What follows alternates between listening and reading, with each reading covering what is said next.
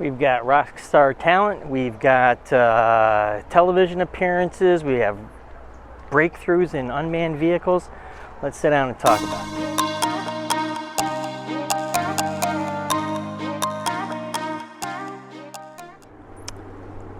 Hey, I'm joking, but I mean it all in a positive way. But Mayor Pete Buttigieg had an incredible performance. He just killed his testimony in the Senate for the Secretary of Transportation, and the next day he had a television appearance on The View. I mean, what kind of notoriety does a Secretary of Transportation get like that? I mean, this is groundbreaking, and the reason it's so important is aviation is part of the transportation situation. So we couldn't ask for a stronger mouthpiece. Taking advantage of it, hey, have to figure that out.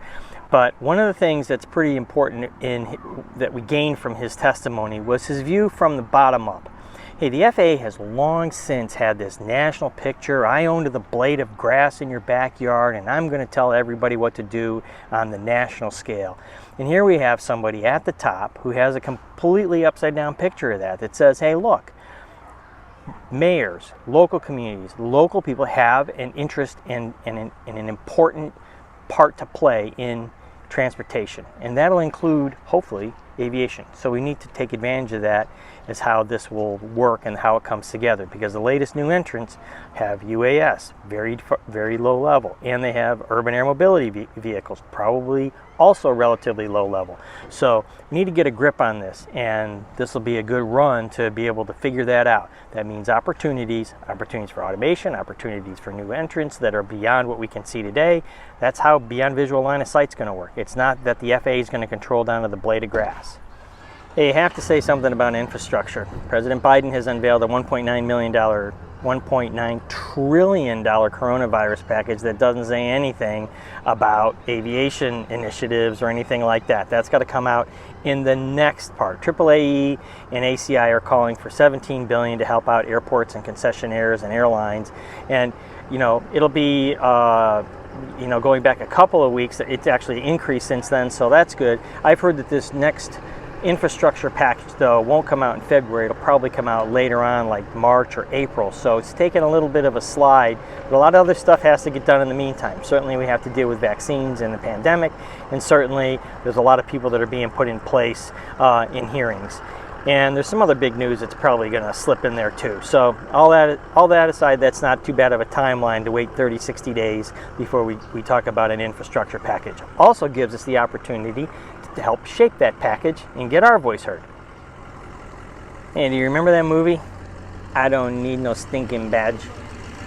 So it reminds me of that. American Robotics. This is the first company that has been able to fly beyond visual line of sight without a visual observer.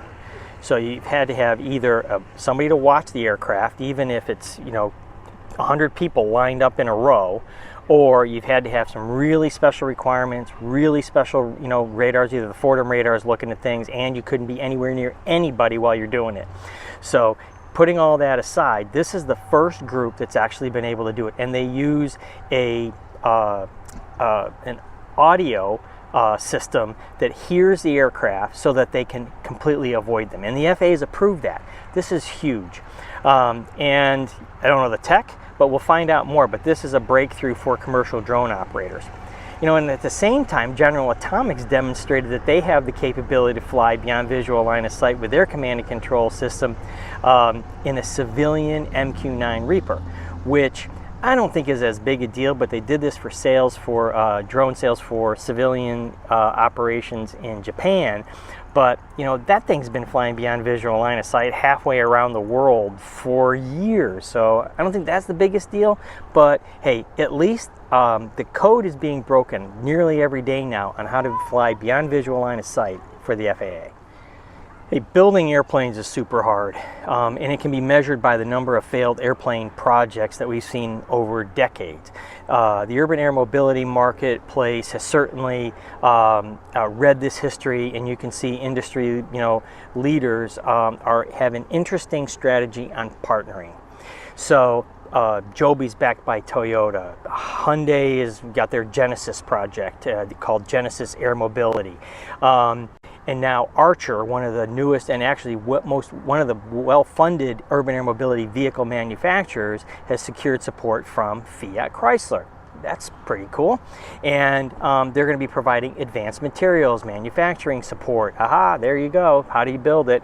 And the automobile industry has excellent parallels with aviation, as it's highly regulated, lots of oversight, lots of insurance issues, and they also have customer acceptance and things like that. So it's very interesting, and I think super positive to see that car manufacturers are getting involved. It's not just those guys. GM has also made the leap, and they are throwing in the Cadillac brand. Under the Cadillac brand, and you know I like cars, they make actually a racing car called the Daytona Prototype, and it has dominated international motorsports in the last few years. And the reason I bring that up is because next weekend is the Rolex 24, where we will get to see that Daytona Prototype in action.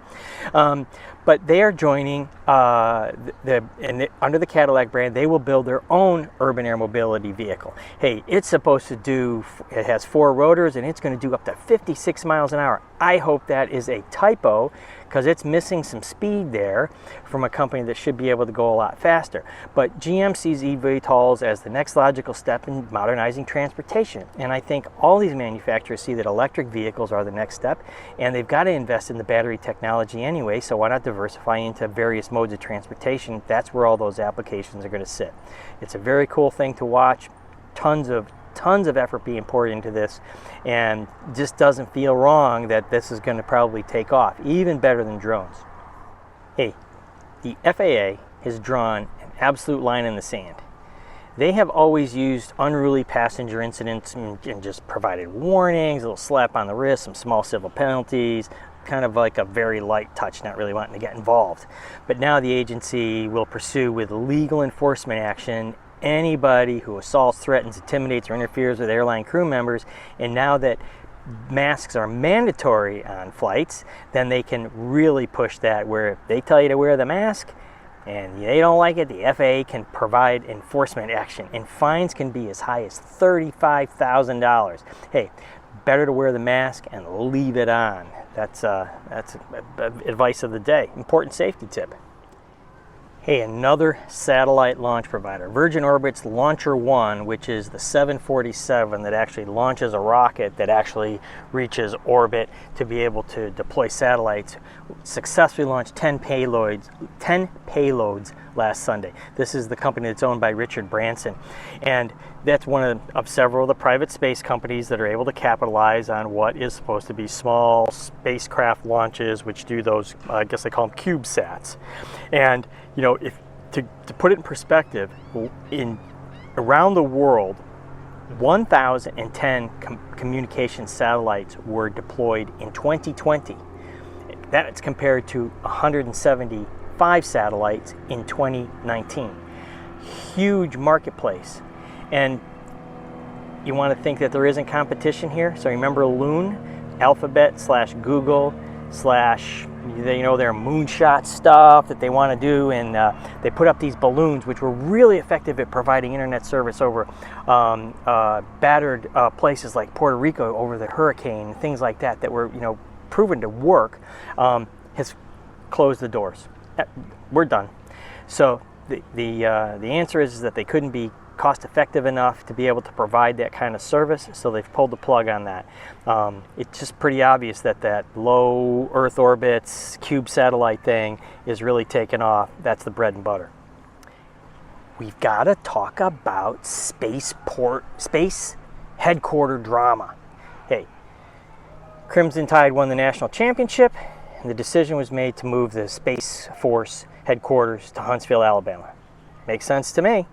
Of course, once that happens, then somebody else gets upset, like Colorado Springs, who has the current space headquarters. And so they have petitioned the new president to move it back. I don't know. I don't know if it really matters. One's close to the Air Force Academy and also has some cool engineering facilities in that area. Huntsville, obviously, the rocket center of the universe. Hey, maybe we should just rotate it around a little bit.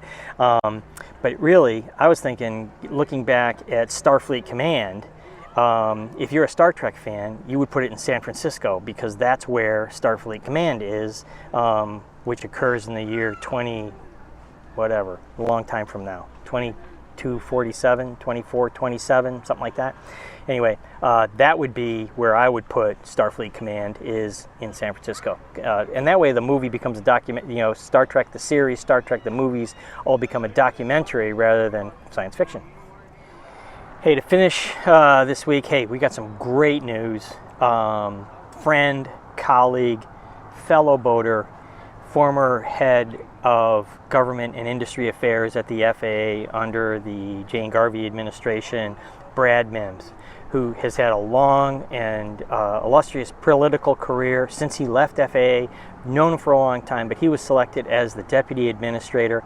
It is a great pick to support the aviation centric and technical side that Steve Dixon has. Anyway, wish him all the best, and it'll be great for the FAA. And he knows the FAA well. It's all a good thing. See you next week.